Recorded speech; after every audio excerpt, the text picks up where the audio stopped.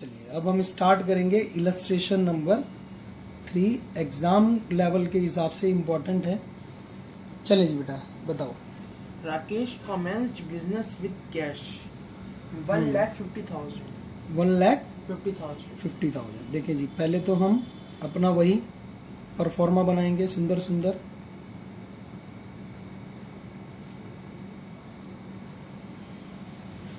क्या किया है बेटा उन्होंने? बिजनेस शुरू करा है कितने पैसे से? 1,50,000. तो यहाँ लिखेंगे कैश और ये यहाँ लिख देंगे 1,50,000। Any doubt? बहुत इजी है ये तो स्टार्ट तो। चलो बेटा नेक्स्ट बोलो। Furniture purchased for cash. Furniture 20,000. खरीद लिया। कितने का खरीदा बेटा? 20,000. 20,000। कैश में खरीदा हाँ जी. तो 20,000 से कैश कम कर।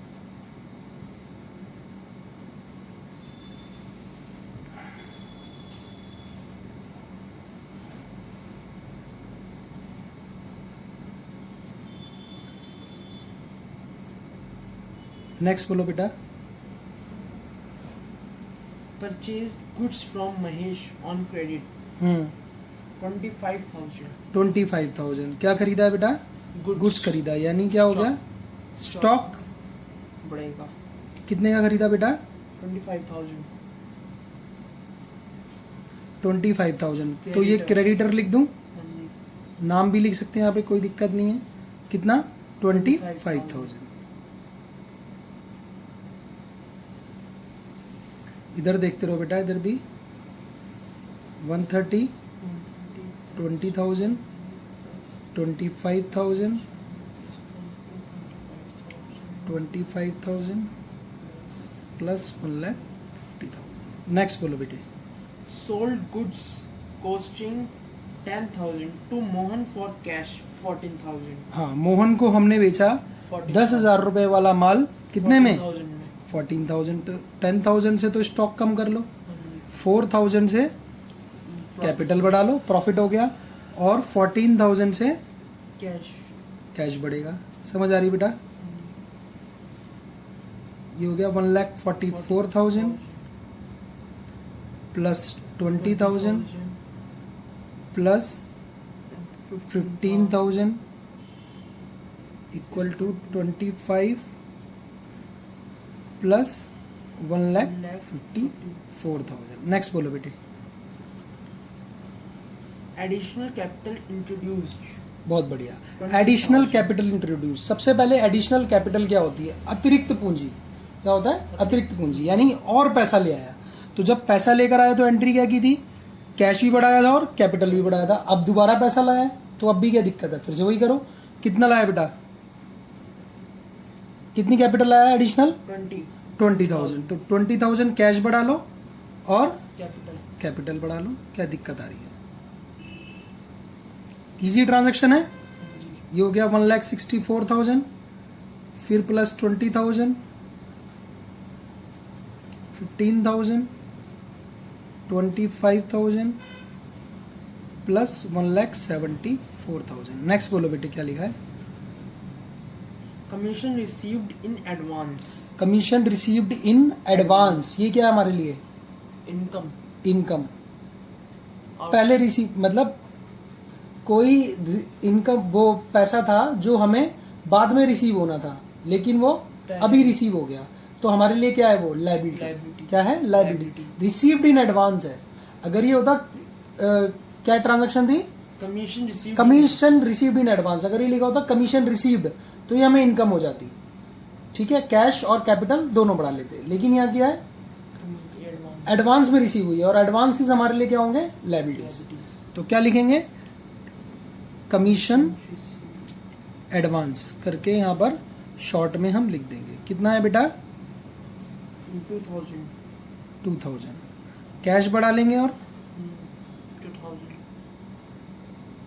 कोई दिक्कत? समझ आई बात?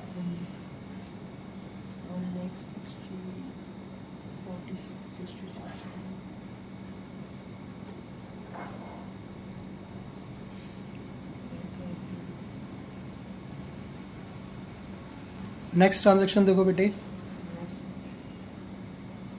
paid to creditor Mahesh in full settlement 22,500. हाँ जी, क्या बोल रहा है बेटा? Settlement वो कह रहा है, चले बेटा, ट्रांजैक्शन, नेक्स्ट ट्रांजैक्शन क्या थी? paid to creditor Mahesh in full settlement 22,500. हाँ जी, देखो बेटे, सबसे पहले हमने ये देखना है कि क्रेडिटर जो हमारे महेश थे उनको हमने कितना भुगतान करना था। आपको ध्यान होगा, उनसे हमने 25,000 रुपए का माल खरीदा था। ध्यान होगा, कितने का खरीदा था? 25,000 रुपए का। ये रहा। अब कह रहे हैं कि हम उनसे फुल सेटलमेंट कर रहे हैं। फुल सेटलमेंट मीन्स अब उन्हें 25,000 के बदले कितने पेमेंट दे रहे हैं? 22,500 रुपए। तो अगर 22,500 उनको दे रहे हैं तो हम क्या करेंगे? अपना कैश कम कर लेंगे। ठीक है बेटा।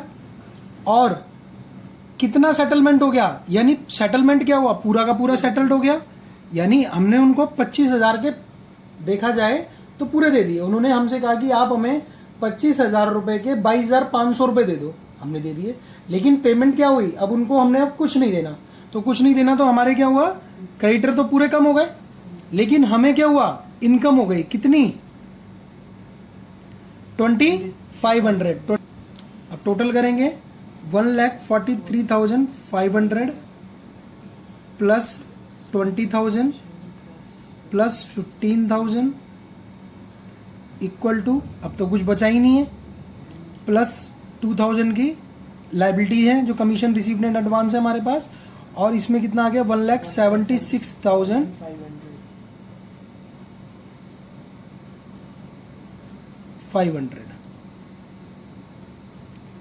ठीक है बेटा। नेक्स्ट पढ़ो, नेक्स्ट एंट्री क्या है?